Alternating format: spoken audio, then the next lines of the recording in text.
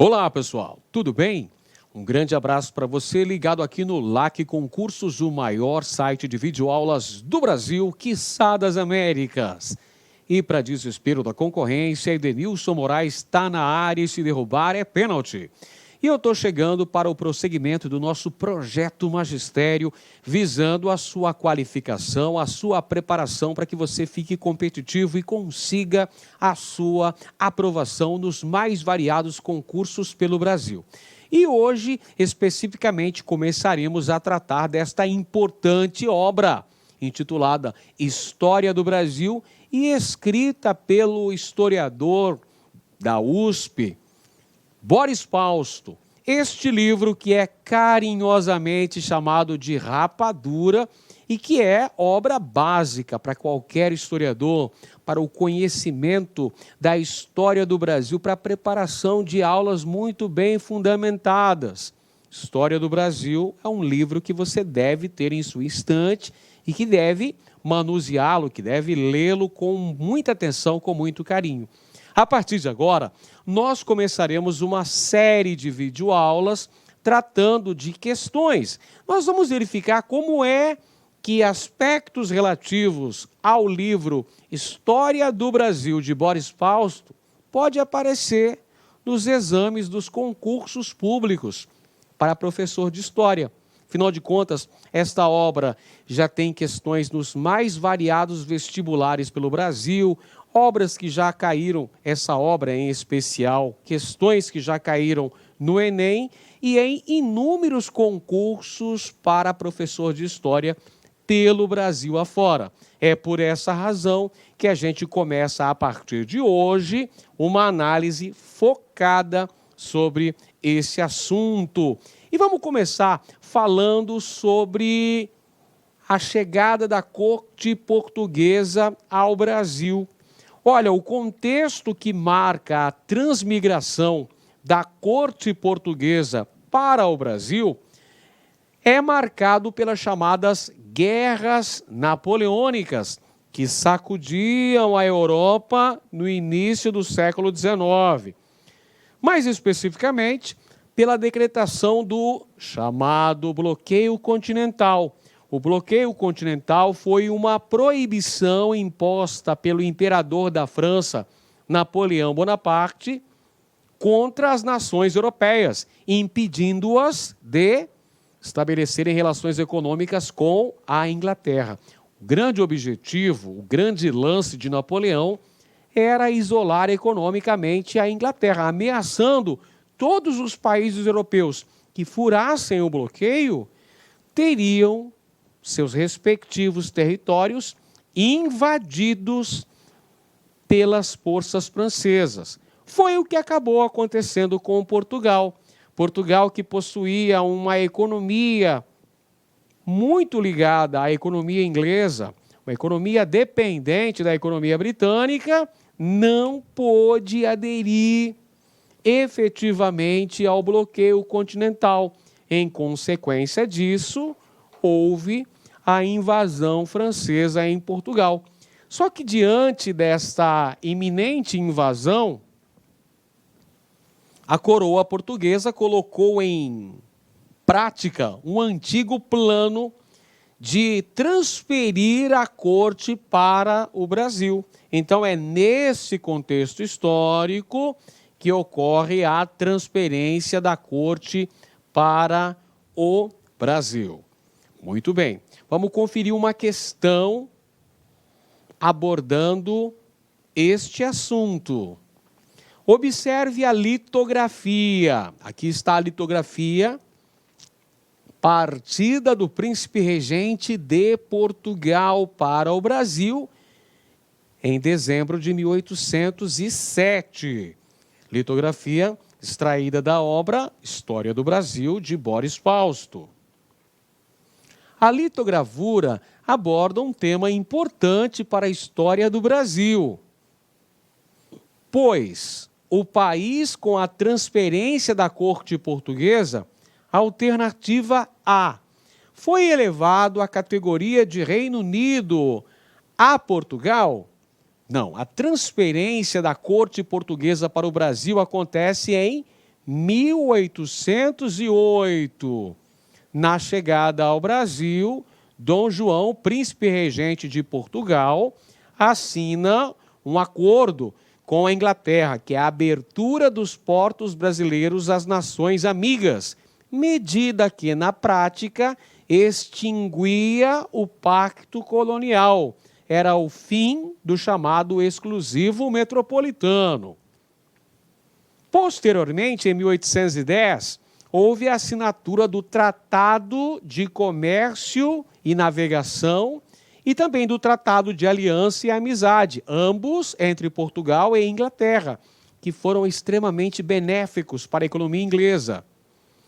Em 1815, no contexto da realização do Congresso de Viena, que foi a reunião das nações que haviam derrotado Napoleão Bonaparte, é que o Brasil foi elevado à condição de Reino Unido a Portugal e Algarves.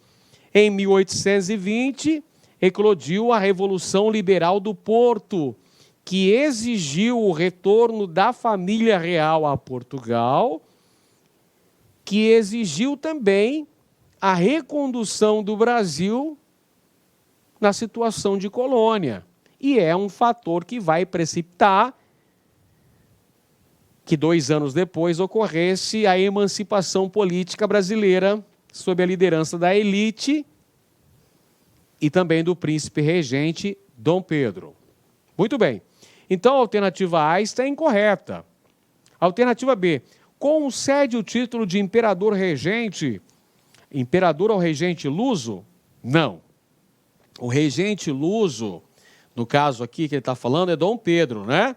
Dom Pedro torna-se imperador, é aclamado imperador no final de 1822, após a emancipação política brasileira.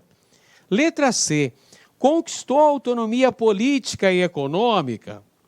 Não, o Brasil não conquista uma autonomia política ainda em 1808. O Brasil torna-se sede da monarquia portuguesa. O Brasil tem, nesse momento, com a abertura dos portos, a extinção do pacto colonial, mas não tem ainda autonomia política e muito menos econômica. A alternativa D, ratificou a política monopolista metropolitana? Muito pelo contrário. A abertura dos portos marca o fim do exclusivo metropolitano. Então, temos como alternativa correta, nessa nossa primeira questão, com a transferência da corte portuguesa para o Brasil acaba se tornando a sede da monarquia portuguesa, porque aqui estavam o príncipe regente e toda a estrutura político-burocrática de Portugal. Não é à toa que o príncipe regente Dom João foi coroado no Rio de Janeiro, em 1816, com o título de Dom João VI, rei de Portugal. Vamos para o próximo tema. Agora a gente fala sobre o Manifesto Republicano. Veja, as ideias republicanas já circulavam no Brasil desde a época da colonização.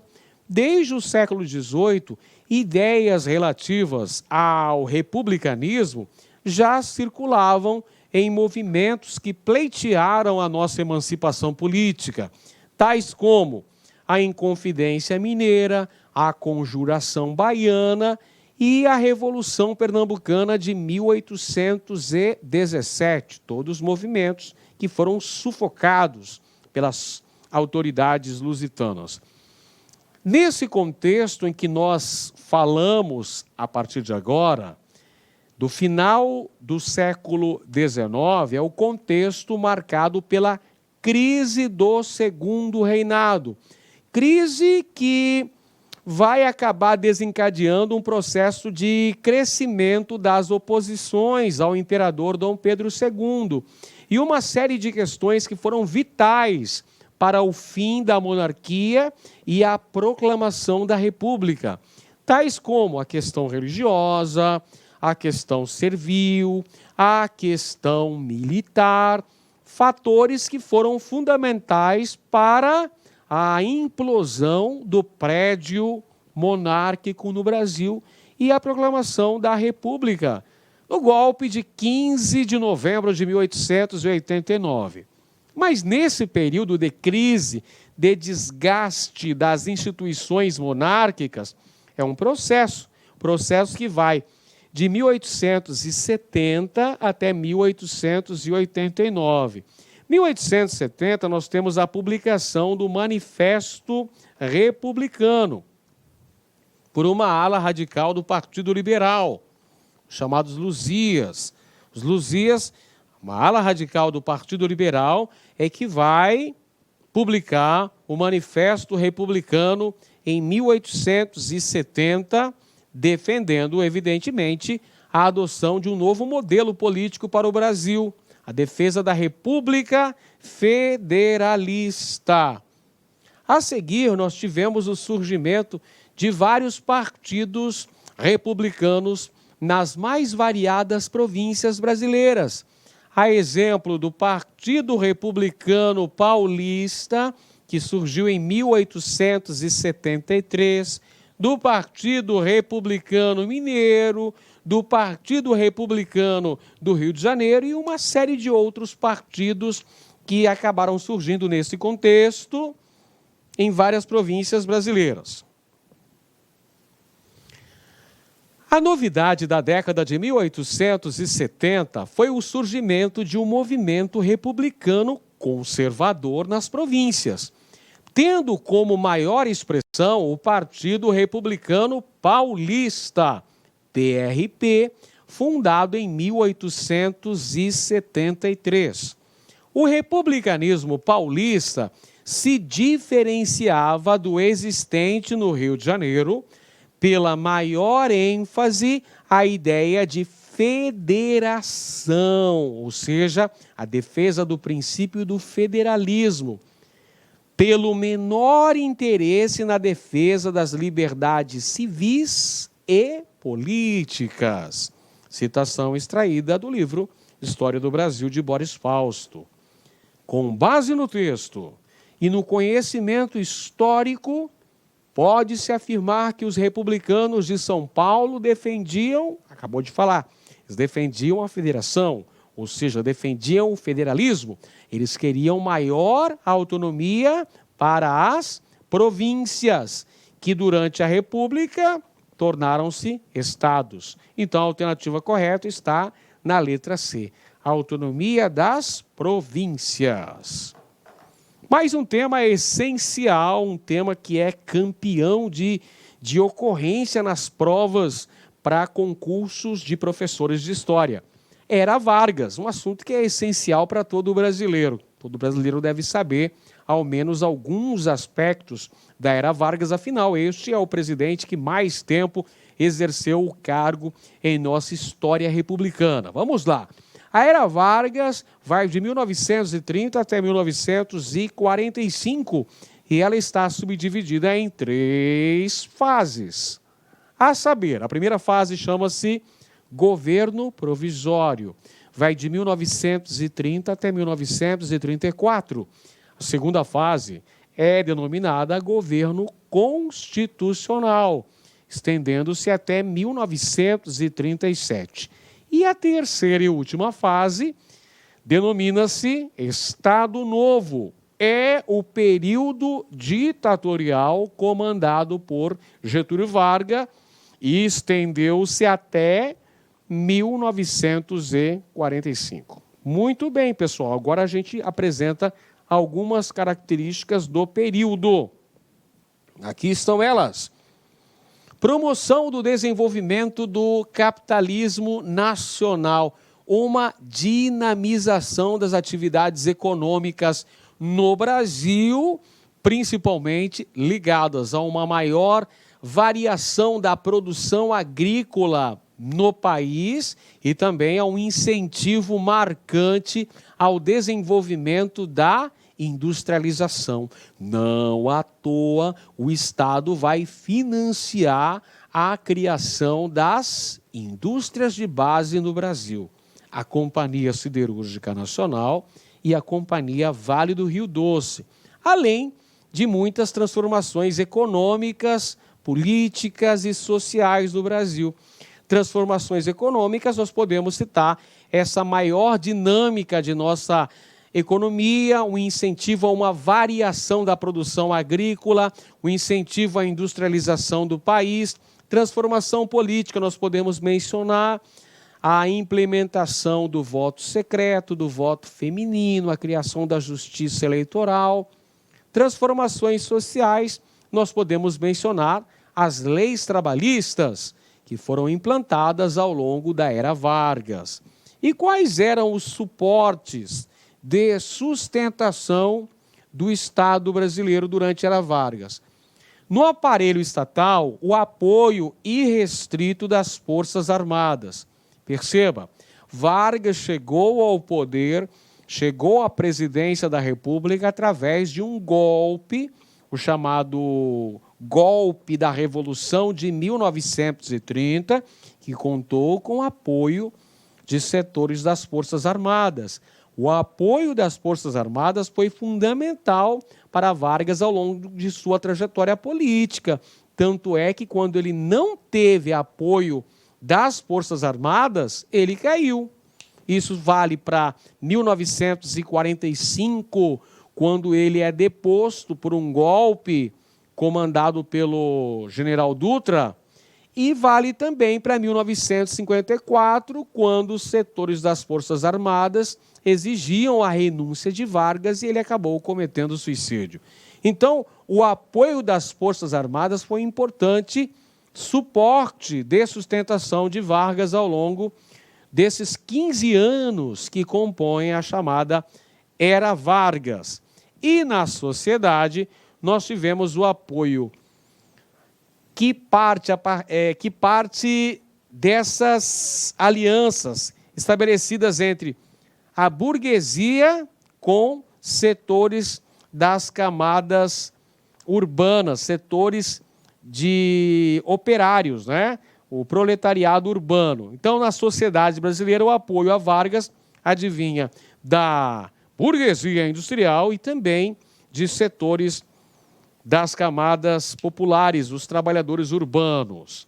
E aí, estabeleceu-se o chamado Estado de Compromisso, o que Boris Fausto chama de Estado de Compromisso, onde o Estado vai assumir o controle, a tutela, vai assumir as deliberações relativas às questões de ordem econômico-financeiras e político-sociais, ok? Então, essas atribuições vão ser concentradas pelo Poder Executivo, o chamado Estado de Compromisso.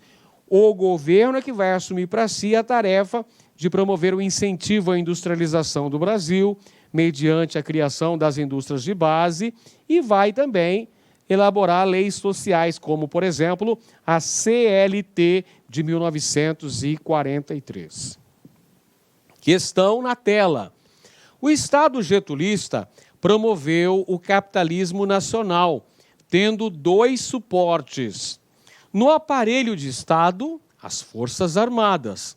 Na sociedade, uma aliança entre a burguesia industrial e setores da classe trabalhadora urbana. Muito bem. O texto e o conhecimento histórico permitem afirmar que um novo tipo de Estado nasceu após 1930. Por quê? Alternativa A. Os vitoriosos de 1930 compunham um quadro homogêneo do ponto de vista social, defendendo a reforma do sistema político brasileiro. Olha só, o grupo que apoiou a chegada de Vargas à presidência da República em 1930, na chamada Revolução de 30, não era um grupo homogêneo.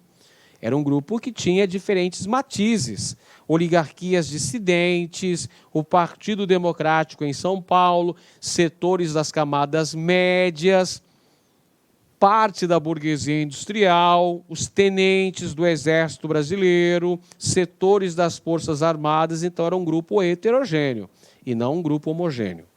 Alternativa B.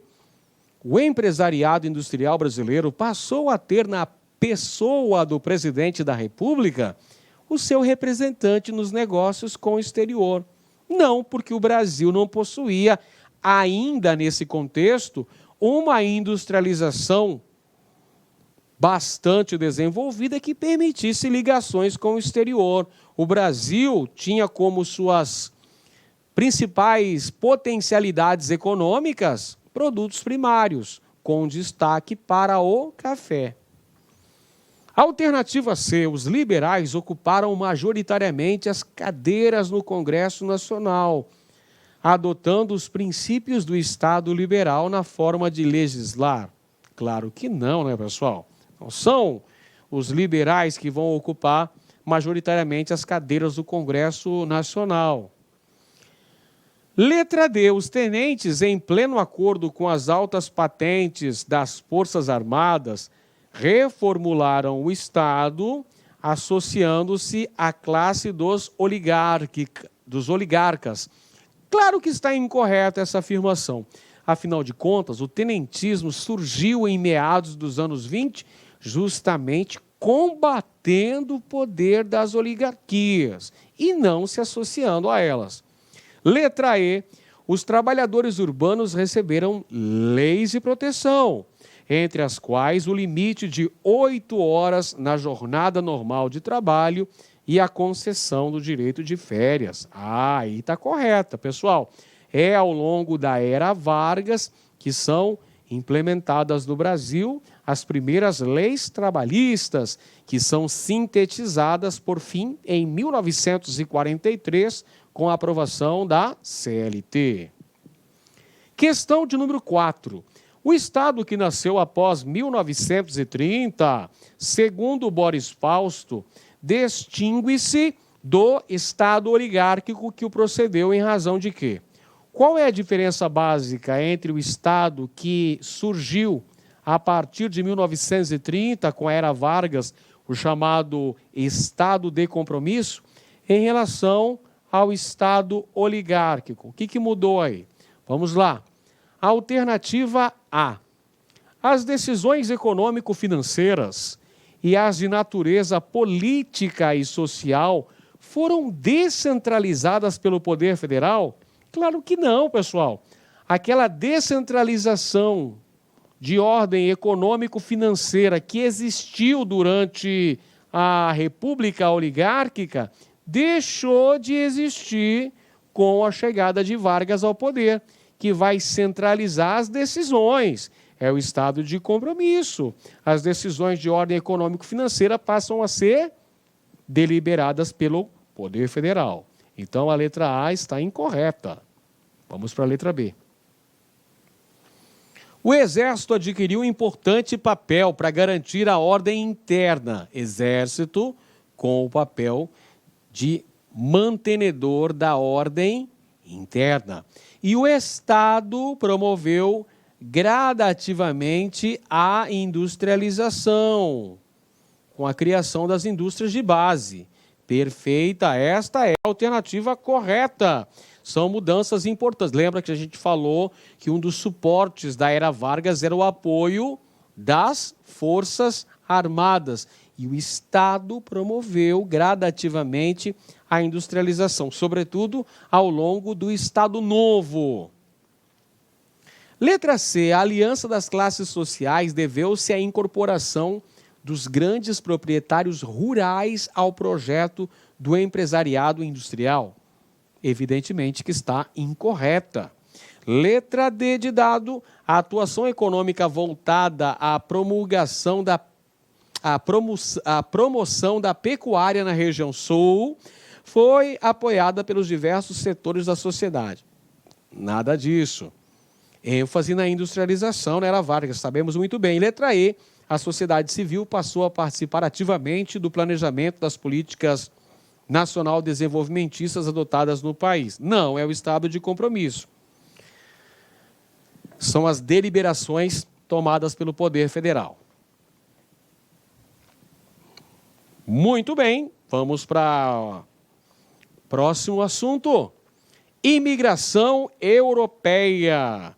Bom, a imigração europeia vai ganhar um grande surto de crescimento ao longo do século XIX, principalmente durante o Segundo Reinado.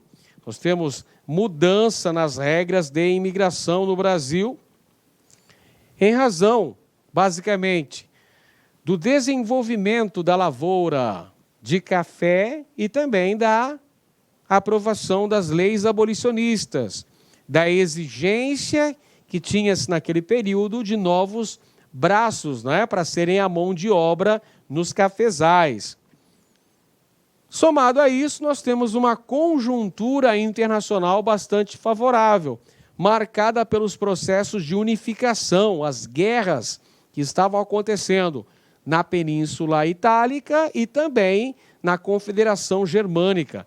O processo de unificação da Itália e também da Alemanha. Essa conjuntura internacional favorável vai contribuir para a imigração europeia para o Brasil, somado-se ao fato de que o país estava em pleno processo de desenvolvimento da lavoura cafeicultora. Somado-se a isso, temos também o avanço das leis abolicionistas no país. Vamos para a questão. Grupos relativamente pouco numerosos em termos globais foram qualitativamente importantes na imigração para o Brasil entre o final do século XIX e o início do século XX. O caso mais expressivo é o dos japoneses. Outros grupos minoritários importantes foram os sírio-libaneses e os judeus, os quais tiveram algumas características semelhantes. Citação extraída do livro História do Brasil, de Boris Fausto. Ao contrário de japoneses, italianos e espanhóis, os sírio-libaneses e judeus, alternativa A, vieram principalmente para São Paulo e para o Rio Grande do Sul, tendo se constituído nas principais etnias que forneceram mão de obra para a lavoura de café e fixaram-se em sua grande maioria na agricultura. Incorreto, pessoal, até porque sabemos que o grupo que vai ser a mão de obra nos cafezais é de italianos, majoritariamente. Letra B, vieram sobretudo para o estado de São Paulo, onde fixaram-se no campo por mais tempo do que quaisquer outras etnias, mas como pequenos proprietários, tendo um papel expressivo na diversificação das atividades agrícolas. Bom, isso aqui foi o papel dos japoneses, tá? Incorreto também a letra B. Letra C. Subiram na escala social, tendo passado rapidamente a condição de pequenos e médios proprietários rurais, abrindo caminho para que seus descendentes viessem a ser figuras centrais na agroindústria paulista? Errado também. Letra D. Trouxeram as suas famílias inteiras, e não apenas homens solteiros, permanecendo por um longo tempo nas atividades agrícolas e tendo preferência por viver nas pequenas cidades do interior e não na capital de São Paulo. Errado também. Letra E. Se concentraram desde sua chegada principalmente nas cidades e constituíram uma imigração espontânea, não subsidiada pelo Estado, pois o auxílio governamental brasileiro só era fornecido a quem fosse encaminhado para as fazendas de café. Verdade, isso aconteceu com sírio-libaneses e também com judeus, que vieram para o Brasil entre o final do século XIX e o começo do século XX. Mudando de assunto, agora a gente fala sobre as atividades implementadas por Portugal na expansão marítima e comercial, também conhecida como grandes navegações. Portugal que foi o pioneiro. o primeiro país europeu a se lançar na conquista da navegação através do Oceano Atlântico. Portugal foi pioneiro por uma série de fatores. Portugal tinha posição geográfica favorável, um Estado centralizado, uma monarquia precoce, apoio da burguesia mercantil, investimentos náuticos. Uma série de fatores garantiram esse pioneirismo português. O Estado centralizado, paz interna, avanços náuticos com o uso do astrolábio, da bússola, o promontório de Sagres. Além disso, não podemos desconsiderar também o vantajoso comércio das especiarias africanas, que fez com que Portugal concluísse o périplo africano em 1498, com a chegada de Vasco da Gama a Calicut, na Índia. Portugal, então, tinha o plano de encontrar um novo caminho das Índias, e esse caminho perpassava através do périplo africano, ou seja, contornar o litoral do continente africano até encontrar essa nova rota que os levasse às preciosas especiarias orientais. Vamos aí para as questões aí, gente. Outro ponto importante da expansão portuguesa diz respeito a uma gradual mudança de mentalidade, notável em humanistas portugueses, como Duarte Pacheco Pereira, Diogo Gomes e Dom João de Castro. No plano coletivo, as mentalidades não mudam rapidamente e o imaginário fantástico continuou a existir, mas a expansão marítima foi mostrando cada vez mais como antigas concepções eram equivocadas. Mais um fragmento extraído da obra História do Brasil, de Boris Fausto. Dentre os equívocos descobertos à época da expansão marítima, é correto destacar: alternativa A utilização de velas nas embarcações, que faziam com que as viagens dependessem exclusivamente dos ventos. Essa aqui está incorreta, evidentemente, porque os portugueses chegaram aqui ao Novo Mundo navegando nas caravelas, aproveitando-se dos ventos para impulsionar suas viagens marítimas. Alternativa B, a bússola, que pretendia indicar o rumo da viagem a partir da observação dos astros no céu. A bússola foi um importante instrumento náutico utilizado pelos portugueses, a exemplo também do astrolábio. Letra C, o astrolábio, que media a distância percorrida pelo navio por meio de uma corda que era lançada ao mar aos poucos.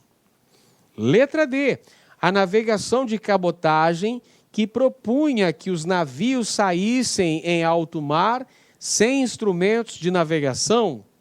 Ou a letra E, o geocentrismo proposto por Cláudio Ptolomeu, que afirmava a centralidade da Terra no universo. Essa aqui é justamente a nossa resposta correta. Isso aqui é um equívoco que é descoberto por época das grandes navegações, a expansão marítima e comercial europeia. E agora falaremos sobre o trabalho na América Hispânica. O trabalho na América Hispânica foi baseado tanto na utilização da mão de obra proveniente das populações indígenas, que foram submetidas a trabalhos agrícolas e mineradores através de relações servis, conhecidas como mita e encomienda. Porém, também utilizou-se mão de obra de origem africana em algumas regiões da América Hispânica. Vamos conferir a questão? Vamos lá. Ao lado da empresa comercial e do regime de grande propriedade, acrescentemos um terceiro elemento, o trabalho compulsório. Também nesse aspecto, a regra será comum a toda a América Latina, ainda que com variações.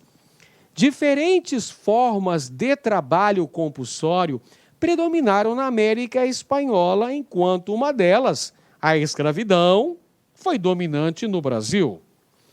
A respeito do trabalho compulsório, ou seja, o trabalho imposto, o trabalho obrigatório, estabelecido na América colonial espanhola, é correto afirmar que, alternativa A, era uma forma de trabalho totalmente desconhecida pelas civilizações Azteca e Inca.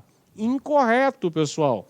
As formas de utilização de trabalho indígena, tais como a mita, já eram utilizadas pelas grandes civilizações pré-colombianas. Letra B. Era menos brutal que a servidão praticada pelos astecas e não existia entre os incas? Incorreta afirmação também. Alternativa C. Não contribuiu para o declínio demográfico dos povos ameríndios por ser rotativo e temporário? Claro que essa aí está incorreta, né, pessoal? Promoveu um grande declínio demográfico. Letra C. Se assemelhava a práticas já existentes, como a mita andina e o Coatequil mexicano. Sim, mita e encomienda eram semelhantes a práticas de servidão já existentes no Império Inca e no Império Azteca. A alternativa correta, letra D de dado. E temos ainda a letra E. Era mais brando que a servidão, aliás, era mais brando que a escravidão portuguesa, não fomentando a resistência dos ameríndios. Muito pelo contrário, cidadão. Houve vários movimentos de resistência indígena na América Hispânica.